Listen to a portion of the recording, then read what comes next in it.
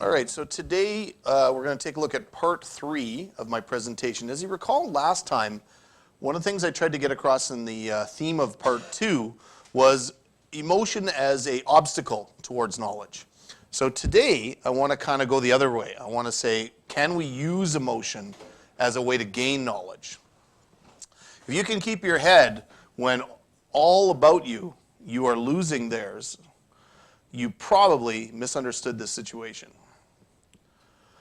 Okay, so let's take a look at emotion as a potential source of knowledge. So we talked about the view of the Stoics last class. The Stoic position was to try to remove emotion from decision making. But this seems like a very difficult thing to attain. How could we possibly remove all emotion? Okay?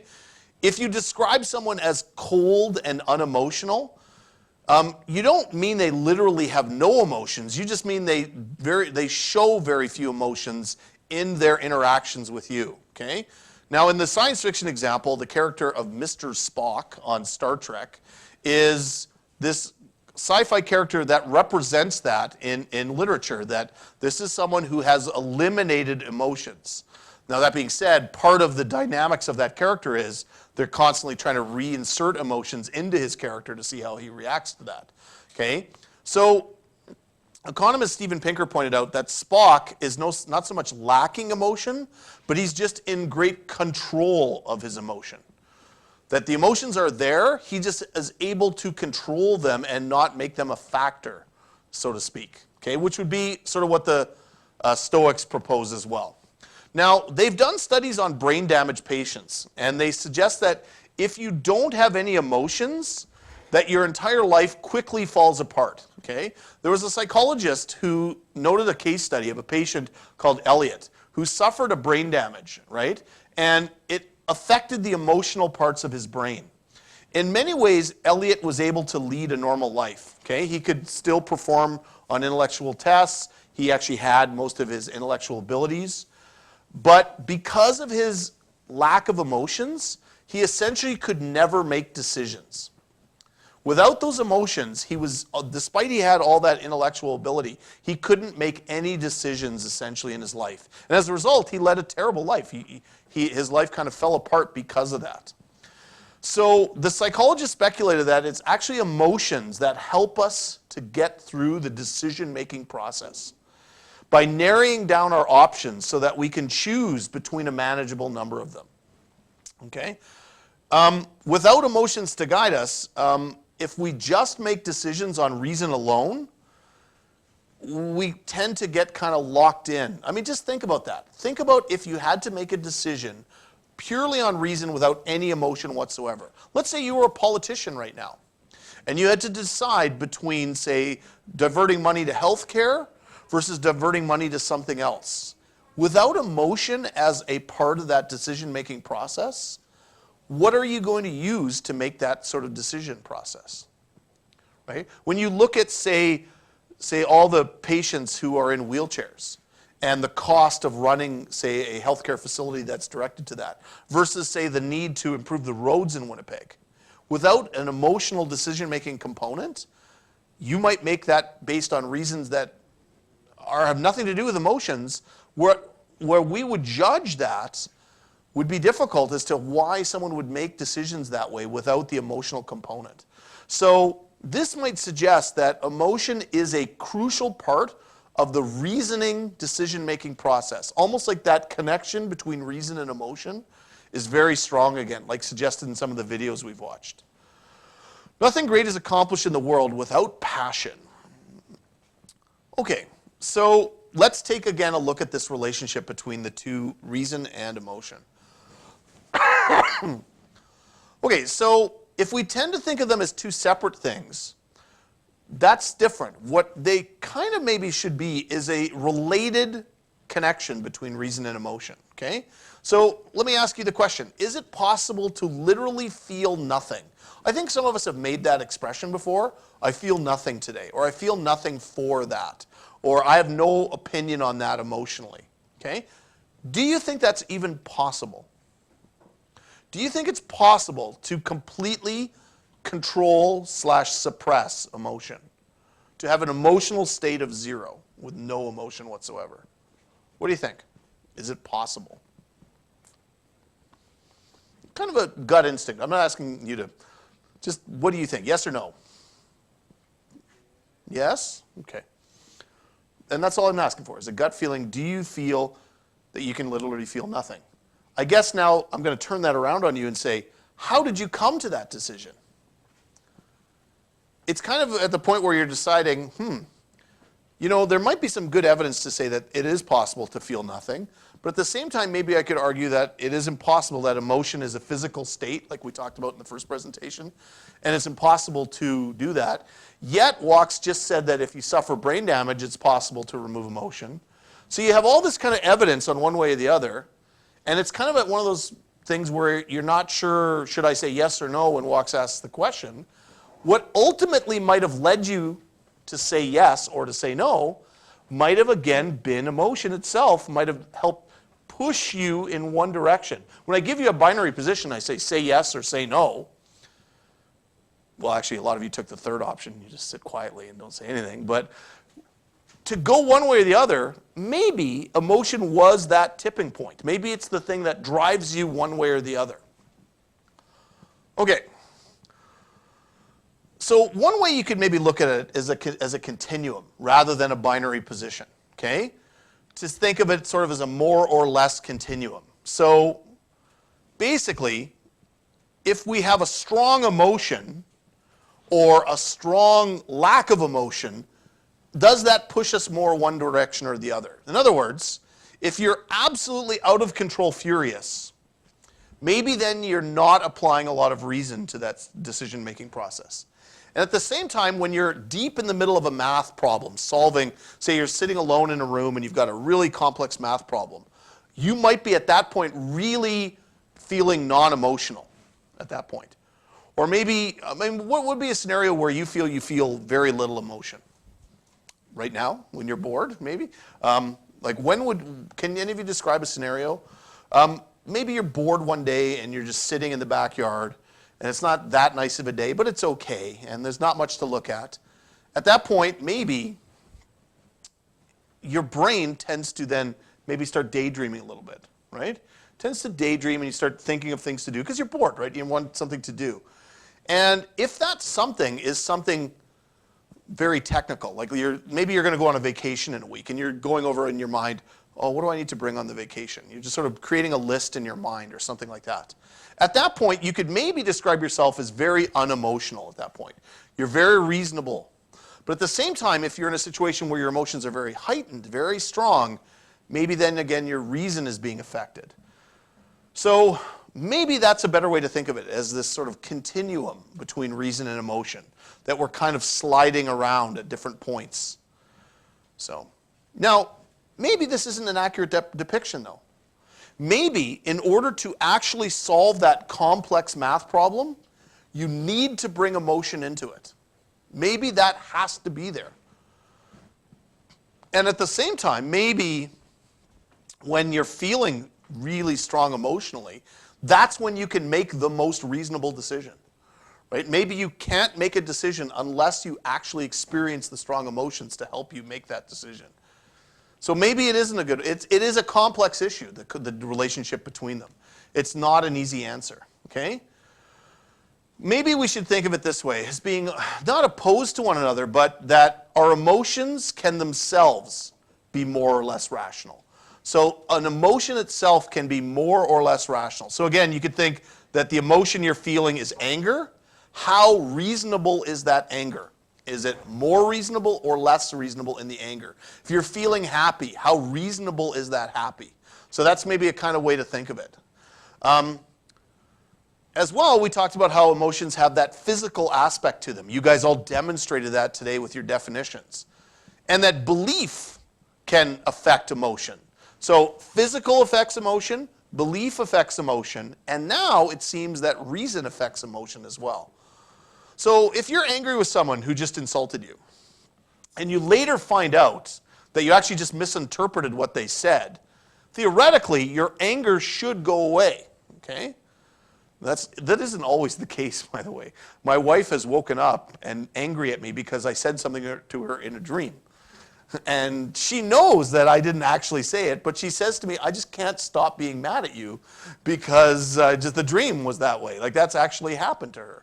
So we can say that an emotion is sensitive to the nature of the situation and is more rational, okay, than it is not rational. So the rationality of the emotion here, like if someone is still angry at you, you are feeling irrational anger.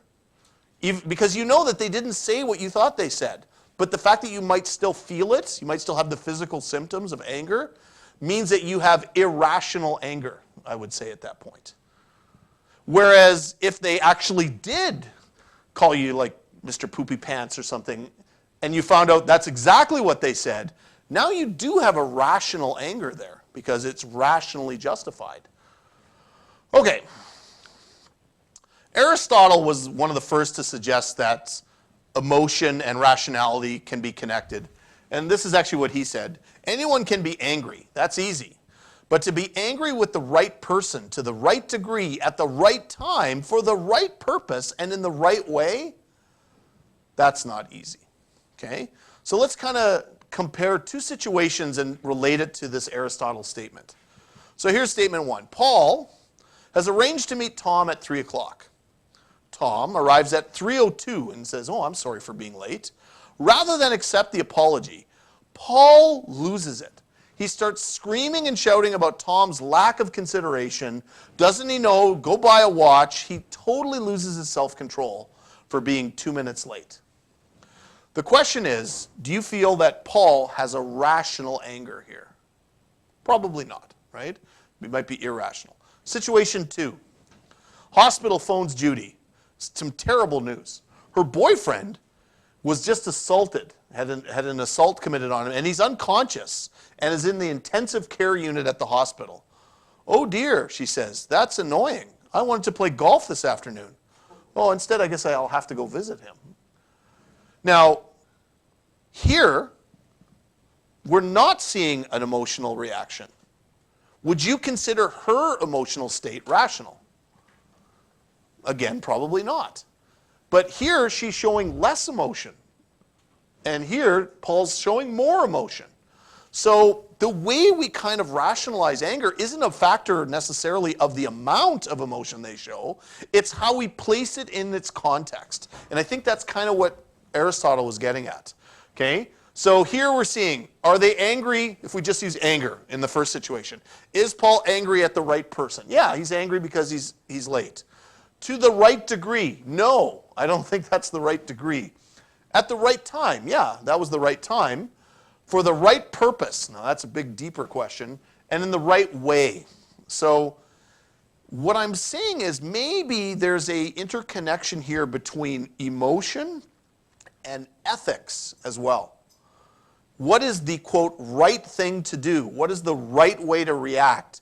Is more of an ethical question as well than just a psychological question. Psychologically, we can accept both positions. Yes, I can understand why Paul feels angry. There's a reasonable reason for that. Yes, I can accept that Judy feels a bit upset. What we're having trouble with is the way, the degree of that emotion in the situation that they're played, right? So the degree of the emotional reaction here and the degree of the emotional reaction here don't seem to correspond with the scenario that I've described. But again, if we take a position like the Stoic position and eliminate emotion completely, we could see that in Judy's situation, she's acting rationally. She's actually realizing that the fact he's in the hospital interferes with her golf game. And same with Paul. The fact that Tom is late is interfering with the fact that he had something to do at exactly 3 o'clock.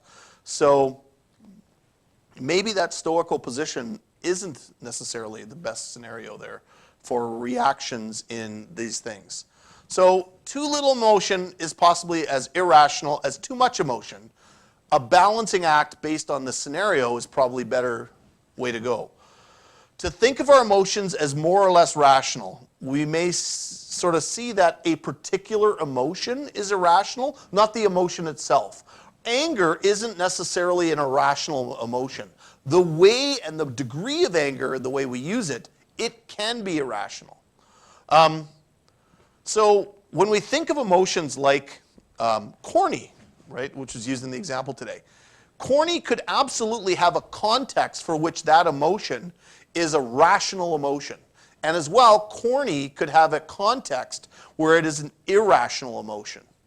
As well, these emotions could also be placed in the context of ethics. Is it ethically correct to feel the emotion at that level or not, depending on the situation there? Okay. You might know, rationally, that garter steaks are harmless. I took my daughter a year ago, almost to the day, we went to the snake pits in Manitoba. By the way, if any of you have never done that, it's an amazing experience. You should do it. It's only like just about an hour and a half drive from Winnipeg, and it's a really, and there's only 2 times a year that it's really good, in the spring and in the fall. So might even be a little bit late at this point to go. You know that flying is statistically safer than driving a car. But you may not be able to actually control your fear of snakes and flying planes. You understand the rationality, but you know that your fears might be irrational, okay? Many people find it difficult to override unjustified emotion, like disgust, okay? So here's an experiment. Subjects were invited to eat fudge that was shaped like dog poop. And they were asked to drink apple juice from a bedpan. Now, they were told that this is a brand new bedpan. It's been used by nothing else, but could you please drink apple juice out of it? The majority of the people refused to do those 2 things. Even though they absolutely loved fudge and apple juice, they refused based on the scenario there. Now, is that an irrational disgust, do you think? Do you feel it's rational? You know that it's fudge. They just happen to make it look like poop. You know that the bedpan is actually a clean, sterile device to drink the apple juice from. You know that rationally, yet you still feel the disgust based on the scenario I've described here. Now, how we rationalize whether or not that was a good action or a bad action might be an important thing to think about. Why do we think that way? Now, this is obviously a bit of an extreme example. But you think about the way emotion is used in decision-making processes, in other words, where things like prejudice come out. They say, well, I realize that this particular race is perhaps as intelligent as this particular race, but I can't get over the fact that I still think that particular race isn't as smart as my particular race. That kind of prejudice is kind of a bit of a related field to this here. This idea that the feeling itself is irrational, but we can't overcome it. Irrational emotions are difficult to turn off, okay? We may find it easier to adjust our beliefs than our emotions, okay? Which leads us back to that problem of rationalization that we looked at last time. So maybe we shouldn't try to shut off our emotions. That isn't the way to necessarily resolve this problem. We can't, at this point, necessarily shut off our emotions, but we can maybe rationalize our emotions better. We can make something more or less rational. And how do we rationalize things, or how do we reason things, is a variety of different ways of knowing to sort of get to that point. But the idea is that emotion is still part of the equation. Okay, so that's what I have for you in part 2 there. Kind of a